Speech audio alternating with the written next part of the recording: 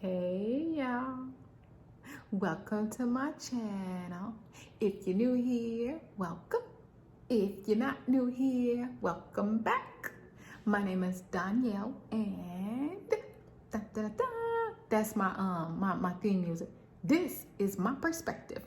So yeah, I gotta work on that theme, that intro stuff, but I'll get to it eventually. It's not a pressing priority for me, but I'm gonna work on it. So we're not parenting advice. So today, boys and girls, we're going to be talking about responsibility and just having your kids do chores.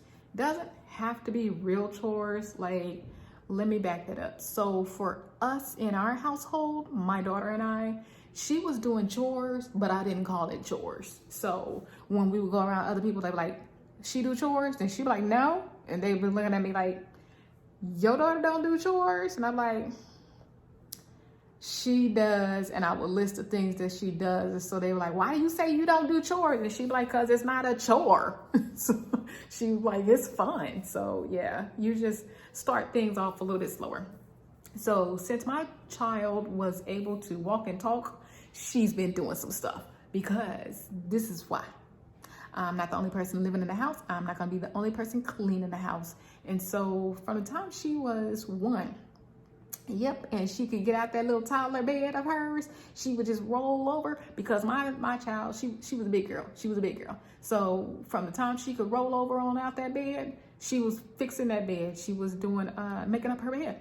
So when I say making up her bed, I'm not saying getting all the creases and all the wrinkles out of the bed. No, it's just make sure that it's laying flat.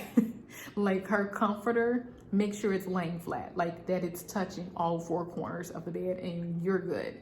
That's making your bed. And so after she did that for, I'd say a couple of weeks, if that. But after she did that for a little bit, then she knew that that was her routine. So it would be like part of her routine. You wake up, you do this, and then you can come and do whatever you want to. And mommy's already up and whatever. Like, I'm not sleeping in after her. Like, I'm up before she's up. And so it was just, that was one of the things. Another one of the things that we did was washing clothes.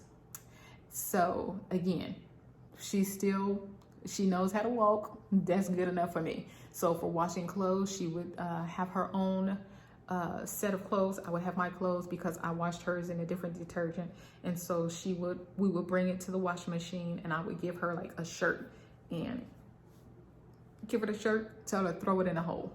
She'd throw it in the hole, and I tell her, good job, you know.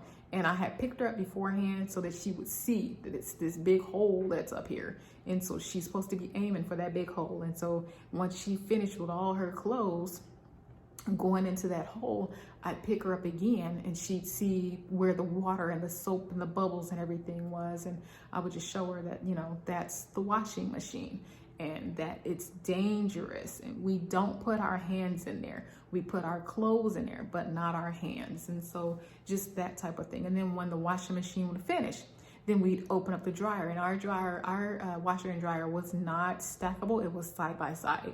And so it's at her level. And so you open up the dryer, and so you'd hand her her clothes from the washing machine, just one at a time, and she would throw it in that hole. And so she would see that that's a dryer and that it gets hot. And so once everything was loaded into the dryer, then, you know, I tell her to close the door. And so we would close it together. I would have to scoot her back so her belly wasn't in the way, because I had a big baby. And so she would close the dryer, slam the dryer door shut, because back then it wasn't the glass. You know how they had those glass for the washer and dryer like we have now? It wasn't that. It was like that metal stuff. So stainless steel is what I want to say, but I don't think it was stainless steel. I think it was just metal. But it was just that. And so she would learn how to do that. And that was the beginning, again, when she has learned how to walk. And so fast forward. Well, no, let's not fast forward yet. Another thing that she would do is she had a tea set for like a tea party. And we already had a table. It was a plastic table, plastic chairs. One plastic table, two plastic chairs. One for her and one for me. And so when we would have tea parties, I would always fill it up with water. And so we would just have tea parties. And at the tea parties, because she was smaller at that time, it was too heavy for her to pick up the water and pour it. And so I would definitely just have the water in there, and we would do our tea and do our pinky, and we would have graham crackers or vanilla wafers, Nilla wafers. We would have that, and we would just like, hey, how was your day today?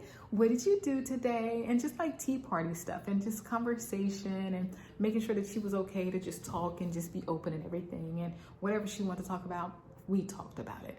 And so as she got older, she would be able to pick up the pitcher and have that strength to be able to pick up the pitcher. And so it's still filled with water, but now it's her turn. You know, she sees how mommy was pouring the water, so now it's her turn to pour the water. And she has to pour the water in my teacup and in her teacup.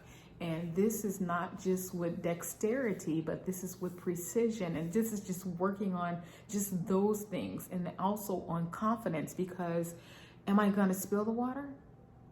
Am I gonna get the water right? And so sometimes she might get to where, you know, it's pouring a little bit in the water, a little bit of water in the cup. And I'm like, nope, fill it up some more. I'm thirsty, you know? And so she put a little bit more water in there.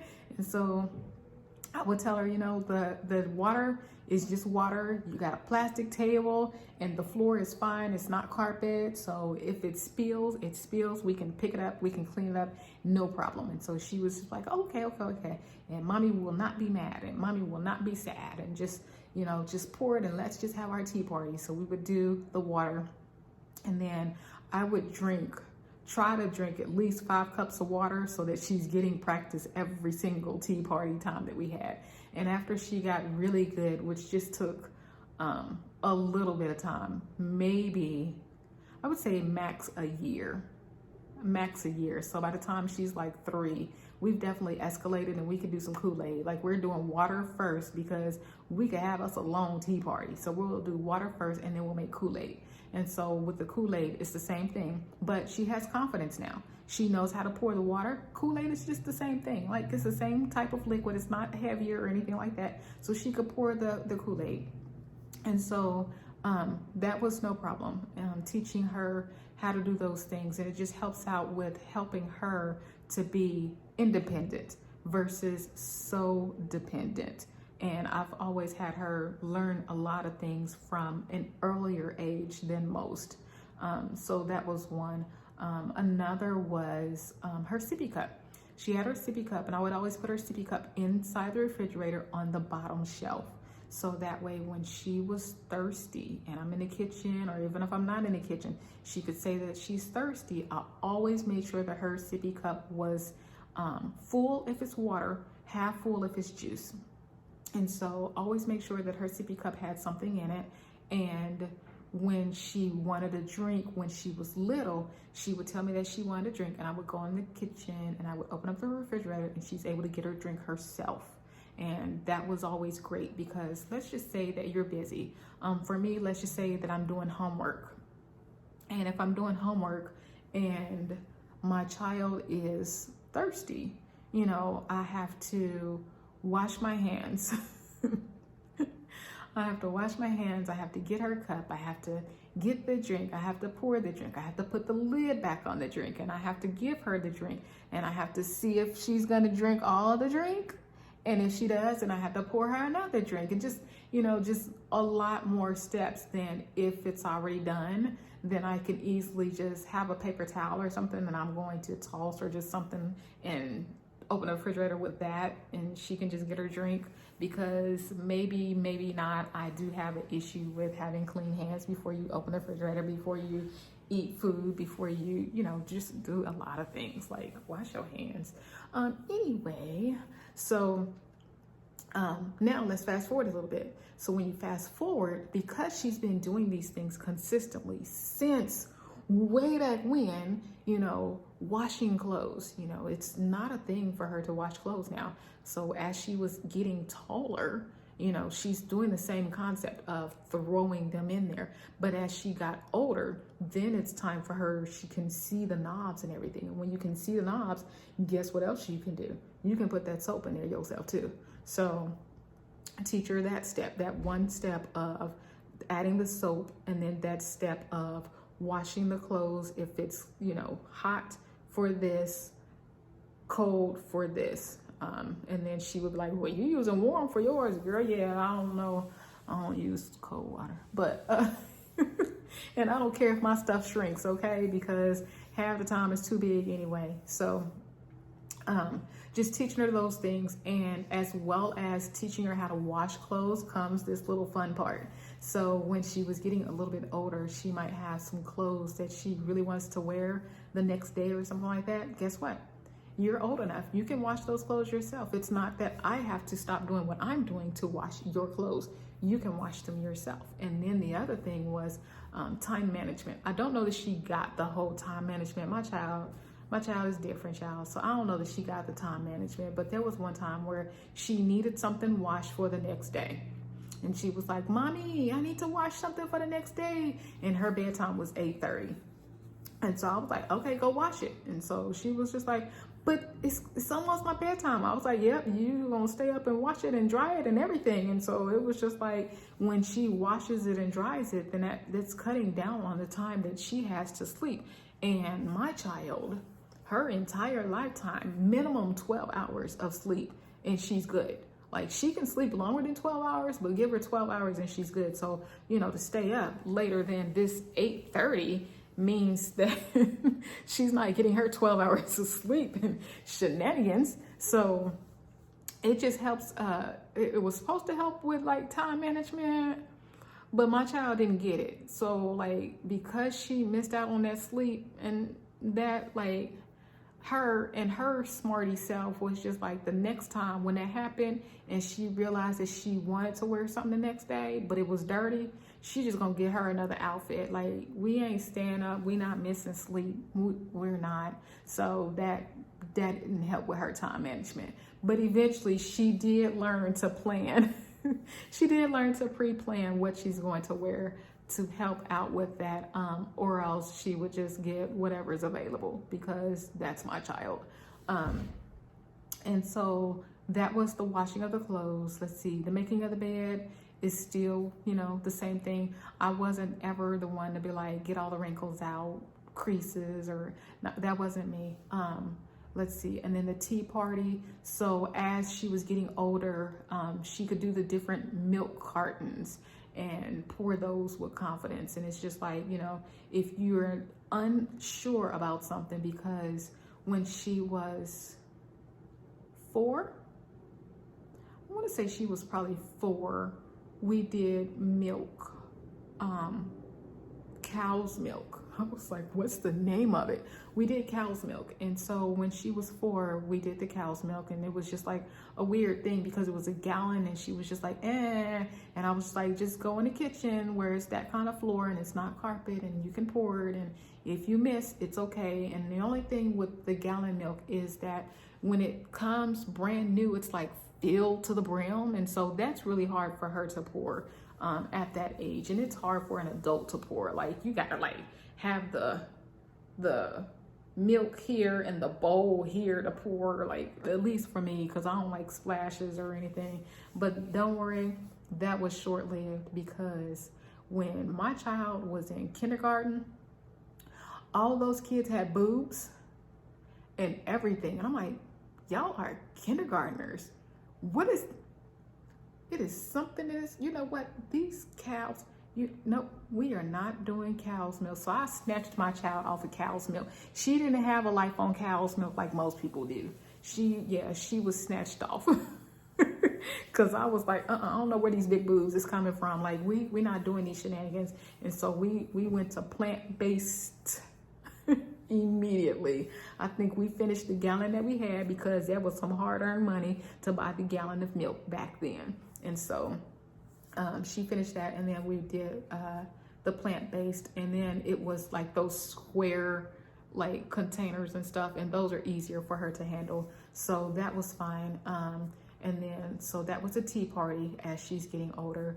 We did the washer and dryer as she got older. So yeah, it just helps you when you are doing those things. And then of course, as she got older, then we started doing different things based on my child and what I was okay with. I was not okay with my child doing the trash. And I think it was probably just because when I was young, I had a brother and I did not do the trash. My brother did the trash. And so I did not want my daughter dealing with the trash. So I dealt with the trash. I would have her clean her bathroom, her tub and her sink, because we had separate bathrooms. She had hers, I had mine. Keeping the toys and everything cleaned up. And as she got older, it's not toys, but it's clothes. So just those types of things. And because she's young, she's been doing these things since she was little, since she was able to walk. It's not like it was a chore. It's not like I put it on her at the age of 10 or 12 to be like, oh, you're going to start doing this, this, and this. No, she's been doing it. And to fast forward even more, as a single parent, as a parent, not even the single parent, but as a parent, you want to make sure that, you introduce these things to your child, because you don't want to be the mother who is doing everything for your kids, cooking and cleaning and just doing everything. Because what happens when they move out? Like, how are they going to know how to do any of these things? And, how will they feel being at a loss on how to do those things because they didn't get to do it or know how to do it as they were younger? Or even if they get older and they're in a relationship, and they're in this relationship and their partner is pulling more than half of the weight in that area because your child never learned how to cook or clean and do things like that. So just look at it like that, from that area, that perspective. And parenting advice for today is to just try to teach your kids as early as possible to do some things in the house and not to do everything by yourself. Yeah. So each person do their own thing, but for me, I'm not the only one that's living in the house. I'm not going to be the only one that's cleaning the house. So keep that in mind as parents. And if you have any questions, like, comment, subscribe. If you have any questions about how to get creative with certain chores, or I prefer to call them tasks or activities that you want your kid to do, drop it below and leave a comment. Tell me how old your kid is, your children are, and what it is that you would like for them to do, or I can suggest some things that would be age appropriate for them. Again, don't forget, like, comment, subscribe. I will see you next time on Danielle's Perspective. Thank you for stopping by. Like, comment, subscribe. Bye.